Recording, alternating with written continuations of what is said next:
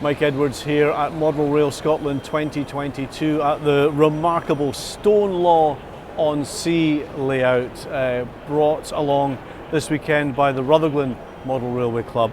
It is a long layout, it's quite a narrow layout. David, talk us through, well, first of all, the harbour area. Wonderful. Let's get to the change in a minute at the harbour. Well, it's just built off spec, it's no place in particular. Stonelaw is actually named after one of the streets in Rutherglen, so I've just built it up as we went along. So that what the boys wanted to put into it, we put into it, and that was it. And that would look like BR Green from the 60s or whatever. Talk us through the period that you're covering.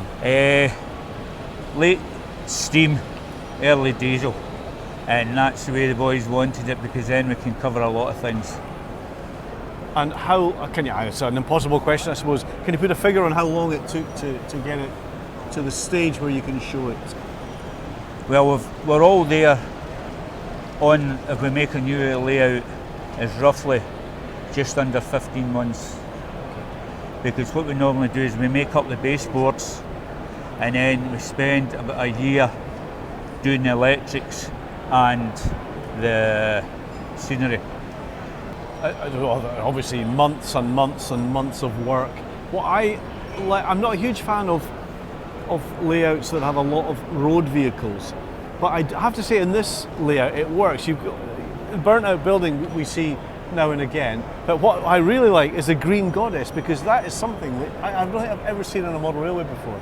And of course young people today will go, what's a green goddess? Yes, as I say, well, you knew yourself in the 60s and 70s, the firemen's strikes and things like that, so that's why at the time it was the only fire engine I could get a hold of, but now you can go into the stalls and you can pick up any fire engine you want for the era, but at the time that's the only one you could get. The Corgi was doing.